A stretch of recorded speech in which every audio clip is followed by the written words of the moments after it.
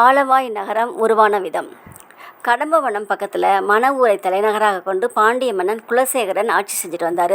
தனஞ்செயன் அப்படிங்கிற ஒரு வியாபாரி இருந்தார். அவர் தினந்தோறுமே வியாபாரம் முடிச்சுட்டு கடம்பவனம் வழியாகத்தான் மண ஊருக்கு வருவார்.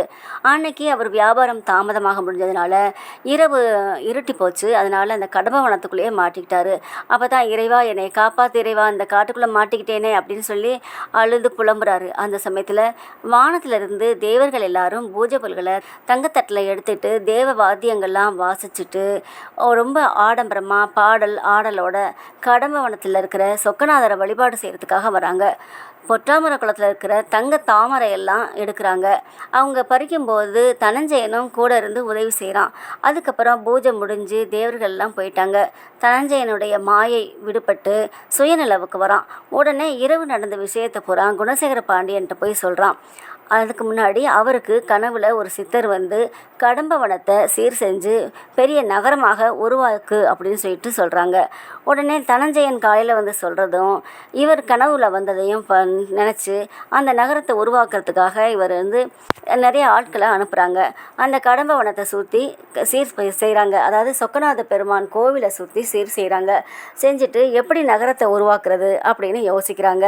அப்போ தான் கனவுல வந்த சித்தரே நேரில் சிவ ஆகமம் சிற்பசாஸ்திர முறைப்படி கோவில் அமைக்கணும், அதுக்கப்புறம் வேத பத்ம மண்டபம், அர்த்த மண்டபம், மகா மண்டபம், உற்சவ மண்டபம், யாகசாலை, பரிவார தேவதைகளுக்கு உரிய கோயில்கள், சுற்றுப்புற பிரகாரங்கள், உயர்ந்த அழகிய கோபுரங்கள் இதெல்லாம் செய்யணும், அதுக்கப்புறம் சுற்றுச்சுவர்கள்லாம் அமைக்கணும் அப்படின்னு சொல்கிறாரு. அதுக்கப்புறம் நகரம் இப்படி இப்படி இருக்கணும் அப்படிங்கிற முறையெல்லாம் சொல்லிட்டு மறைஞ்சிடறாரு. மறைஞ்சதுக்கப்புறம் சித்தர் சொன்னதுபடியே இந்த நகரத்தை உருவாக்குறாரு மன்னன். அதுக்கப்புறம் சொக்கநாதரை மையமாக வச்சு எழிலான வீதியையும் அமைக்கிறாரு.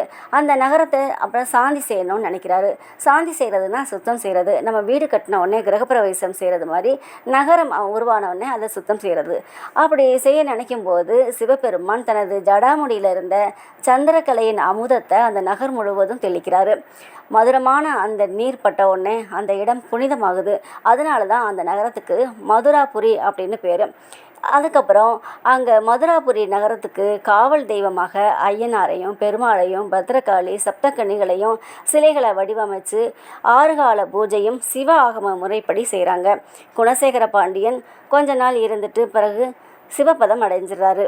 அவர் நீதி வழுவாமல் ஆட்சி செஞ்சார். இதுதான் மதுரை மாநகரம், அதாவது ஆலவாய் நகரம் உருவான விதம்.